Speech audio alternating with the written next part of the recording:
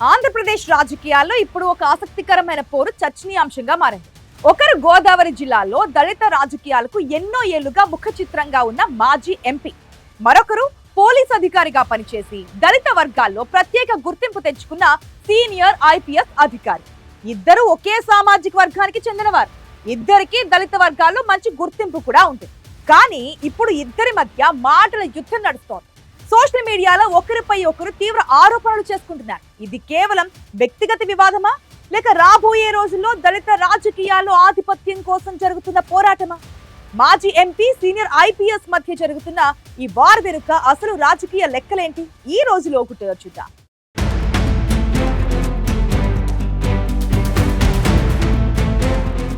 ఆంధ్రప్రదేశ్ దళిత రాజకీయాల్లో ఇప్పుడు అత్యంత హాట్ టాపిక్గా మారిన అంశం మాజీ MP GV Harshakumar, senior IPS PV Sunil కుమార్ల మధ్య నడుస్తున్న సుదీర్ఘ సోషల్ మీడియా వార్. ఈ వివాదానికి బలమైన ఆజ్యం పోసింది హర్షకుమార్ అఫీషియల్గా పెట్టిన ఒక సంచలన ఫేస్బుక్ పోస్ట్. దళిత వర్గాల యువతలో తనకంటూ ఒక ప్రత్యేకమైన అంబేద్కర్ ఇండియా మిషన్ లాంటి ఆర్గనైజేషన్ ఉన్న ఐపీఎస్ సునీల్ కుమార్ను నేరుగా టార్గెట్ చేస్తూ, సునీల్ కుమార్ ఒక ఆర్ఎస్ఎస్ సిద్ధాంతాలు కలిగిన వ్యక్తి, హిందుత్వ ఎజెండాను మోస్తున్న లీడర్ అంటూ హర్షకుమార్ పెద్ద బాంబు పేల్చారు. ఎప్పుడూ దళితవాదం వినిపించే ఐపీఎస్ అధికారికి ఏకంగా ఆర్ఎస్ఎస్ ముద్ర వేయటం స్టేట్ పాలిటిక్స్లో పెద్ద కలకలం రేపింది.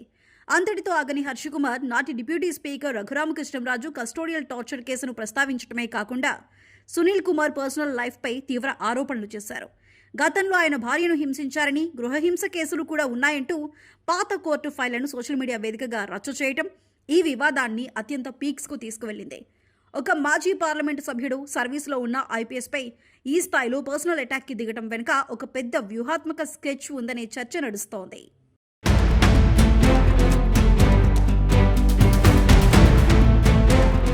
హర్షకుమార్ రేపిన ఈ పొలిటికల్ అండ్ పర్సనల్ హిట్కు ఐపీఎస్ పివి సునీల్ కుమార్ సైతం ఏమాత్రం వెనక్కి తగ్గటం లేదు.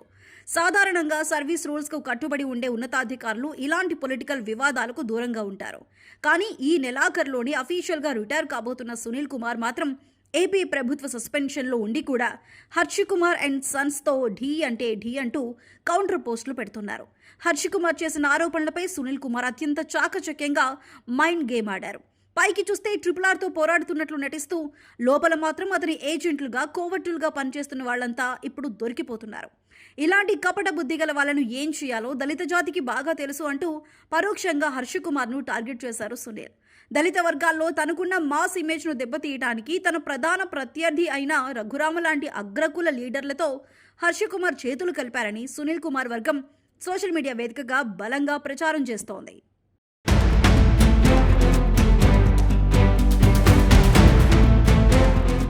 పైకి ఇది కేవలం సోషల్ మీడియాలో సాగుతున్న వ్యక్తిగత దూషణల పర్వంగా కనిపిస్తున్నా దీని వెనుక ఉన్న అసలైన కథ మాత్రం పక్కా రాజకీయ ఆధిపత్య పోరే అని విశ్లేషకులు స్పష్టం చేస్తున్నారు. రిటైర్ అయిన వెంటనే ఆయన ఖాకీ చొక్కా తీసేసి నేరుగా యాక్టివ్ పాలిటిక్స్లోకి వచ్చేందుకు ఒక పక్కా రోడ్ మ్యాప్తో సిద్ధంగా ఉన్నట్లు తెలుస్తోంది. ముఖ్యంగా ఉత్తరాంధ్రతో పాటు ఉమ్మడి తూర్పు, పశ్చిమ గోదావరి జిల్లాలను బేస్ చేసుకుని దళిత సామాజిక వర్గం నుండి ఒక తిరుగులేని పవర్ఫుల్ పొలిటికల్ ఫోర్స్గా ఎదగాలని సునీల్ కుమార్ పావులు కదుపుతున్నారు. సరిగ్గా ఇక్కడే మాజీ ఎంపీ జీవి హర్షకుమార్కు పొలిటికల్ టెన్షన్ మొదలైందని విశ్లేషకులు భావిస్తున్నారు.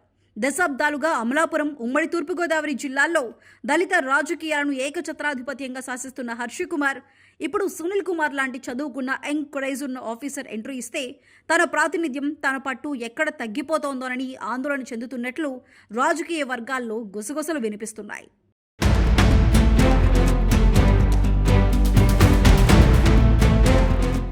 ఈ రాజకీయ చదరంగంలో మరో కీలకమైన కోణం హర్షకుమార్ వారసత్వ రాజకీయం. హర్షకుమార్ ప్రస్తుతం తన రాజకీయ వారసుల భవిష్యత్తుపై తీవ్రంగా దృష్టి పెట్టారు. తన కొడుకులను గోదావరి జిల్లాల్లో లీడర్లుగా స్థిరపరచాలని, వారికి ఒక సేఫ్ పొలిటికల్ ప్లాట్ఫామ్ క్రియేట్ చేయాలని ఆయన ఎప్పటి నుంచో ప్రయత్నిస్తున్నారు. అయితే ఇదే సమయంలో పివి సునీల్ కుమార్ లాంటి మాస్ ఫాలోయింగ్, దళిత సంఘాల అండ ఉన్న మాజీ ఐపీఎస్ అధికారి రంగంలోకి దిగితే జిల్లాలోని దళిత యువత మొత్తం ఆ గ్లామర్ వైపు ఆకర్షితులయ్యే ప్రమాదం ఉందని హర్షకుమార్ వర్గం భయపడుతోందట. సునీల్ కుమార్ ఎదుగుదలను, ఆయన పొలిటికల్ ఎంట్రీని ముందే అడ్డుకోకపోతే తన కొడుకుల రాజకీయ భవిష్యత్తుకు గోదావరి జిల్లాల్లో గట్టి బ్రేకులు పడటం ఖాయమని హర్షకుమార్ అంచనా వేశారట.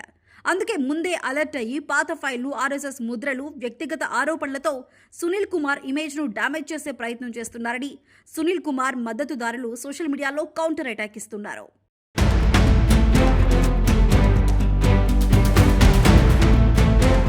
మొత్తానికి ఇద్దరు దళిత మేధావులు అగ్రనేతల మధ్య రగులుకున్న ఈ అంతర్గత చిచ్చు ఇప్పట్లో చల్లారేలా కనిపించడం లేదు. పివి సునీల్ కుమార్ రిటైర్మెంట్కు ఇంకా కొద్ది రోజులు మాత్రమే టైం ఉండటంతో అటు తర్వాత ఈ యుద్ధం సోషల్ మీడియా గడప దాటి నేరుగా పొలిటికల్ రోడ్ల మీదకి రావటం ఖాయంగా కనిపిస్తోంది.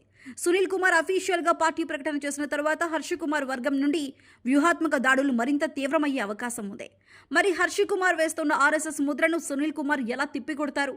కోవత్ ఆరోపణల నుండి హర్ష కుమార్ ఎలా బయటపడతారు?